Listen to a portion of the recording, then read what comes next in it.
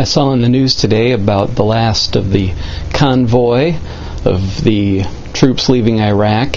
Apparently, Iraq war is over. They've got about 50,000 or more people staying behind, troops to train and so forth. But the Iraq war, as we know it, is over. And it's really one of the most kind of neutral, numb kind of war endings ever, it seems. You know, it really came to a little bit of a drizzle as opposed to a big flashy to-do. Like, you know, it's not like the end of World War II with the sailors kissing the girlfriend in the street, you know, of New York City or something like that. It's like, okay, I think everybody's kind of drained and beaten down by this whole war, and it's not something that we really feel has a strong sense of completion to it because of the continued violence and so forth. And the feelings that came up for me as I watched this footage of the troops leaving out of Iraq and into Kuwait, it reminded me of how I felt a week or two ago when it seemed that the Gulf oil spill had finally stopped, that the oil was not gushing into the ocean anymore like it had been for so many months. It was a similar feeling of like, well, you know, the ending of this really tough period does not seem to be equal in magnitude to the beginning of it.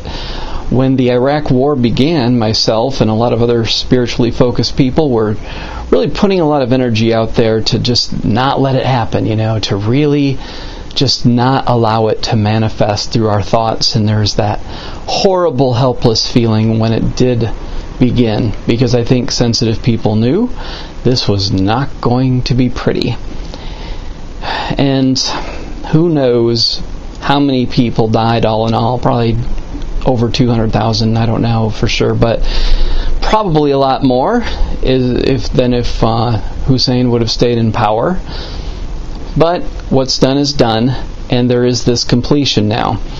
And with the oil spill ending, it's like it was such a horrible, helpless feeling.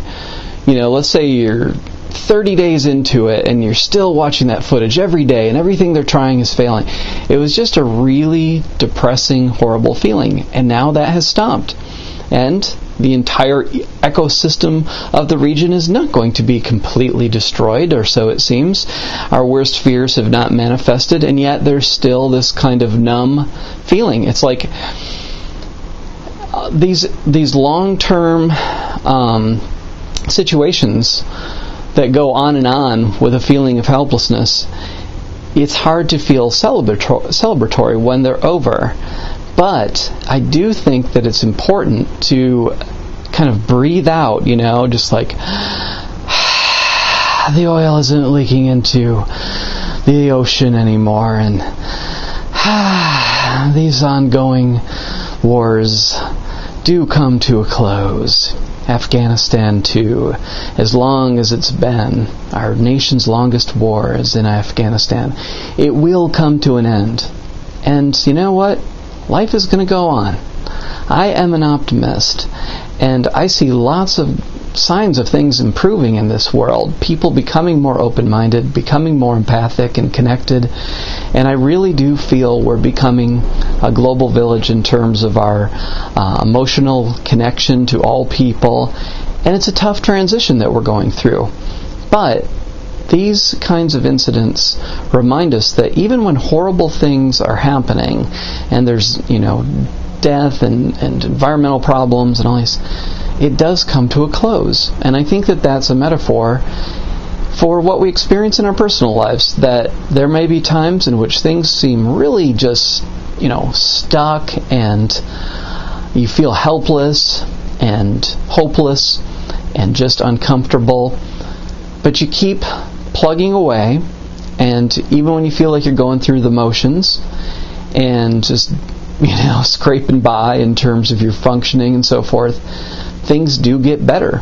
And before you know it, that which seemed like it was a never-ending period of suffering has come to a close, and life moves on.